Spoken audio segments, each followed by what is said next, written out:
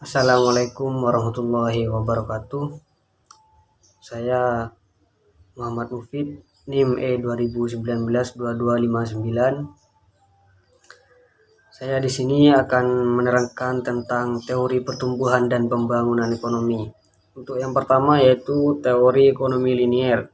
Adapun teori ekonomi linier menurut pertumbuhan Adam Smith, yaitu Adam Smith membagi tahapan pertumbuhan ekonomi menjadi 5 tahap, yaitu pertumbuhan yang berurutan dimulai dari masa perburuan, masa peternak, masa bercocok tanam, masa perdagangan, dan terakhir adalah tahap perindustrian.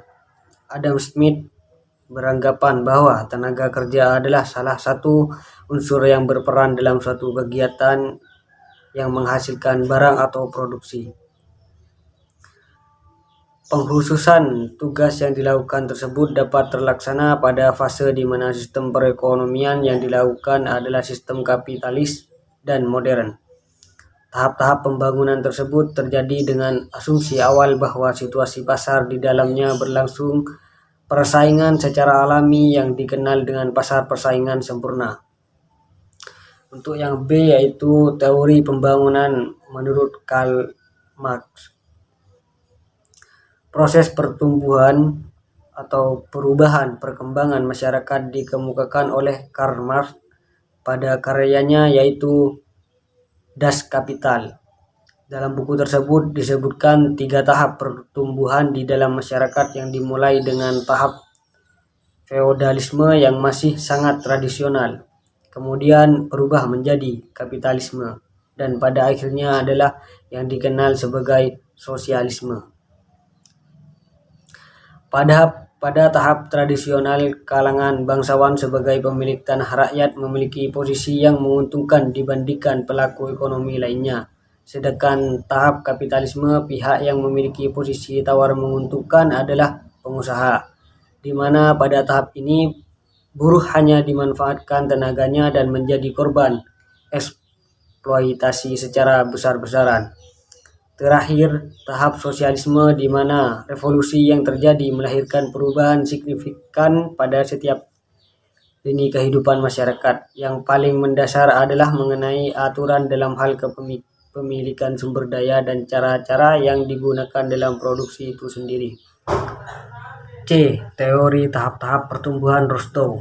Dalam bukunya yang berjudul The Stakes of Economic Growth, Non-Communist Manifesto, Rostow berpendapat bahwa setiap negara akan melalui tahap-tahap berikut, yaitu 1. Masyarakat tradisional, 2. yaitu prasyarat lepas landas, 3. yaitu tahap lepas landas, 4. gerakan menuju kematangan, yang terakhir yaitu tahap konsumsi masa tinggi.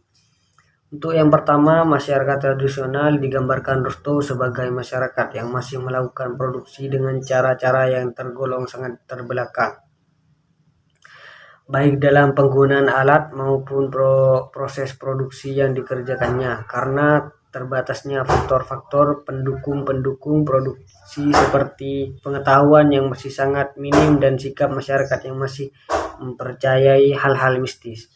Nomor 2 yaitu tahap prasyarat lepas landas adalah tahap peralihan menuju tahap lepas landas. Pada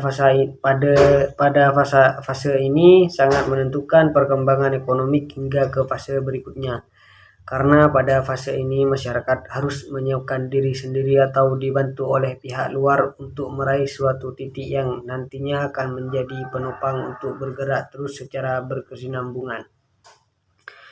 Yang nomor 3 yaitu tahap lepas landas. Fase ini berlangsung dengan berubah yang terjadi pada sektor investasi yang mengalami peningkatan perubahan-perubahan lainnya. Dengan bertambahnya investasi dapat mendorong perluasan kesempatan sektor usaha dan industri yang pada akhirnya menambah pendapat nasional. Yang nomor 4 yaitu gerakan menuju kematangan. Fase ini ditunjukkan dengan kemampuan untuk mengadopsi dan mengimplementasikan teknologi-teknologi modern untuk mengelola sumber daya yang ada. Nomor 5 yaitu tahap konsumsi masa tinggi.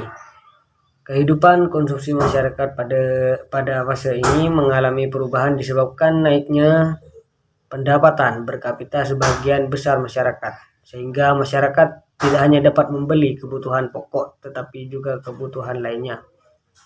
Berikut penjelasan dari saya, kurang lebihnya mohon maaf. Wassalamualaikum warahmatullahi wabarakatuh.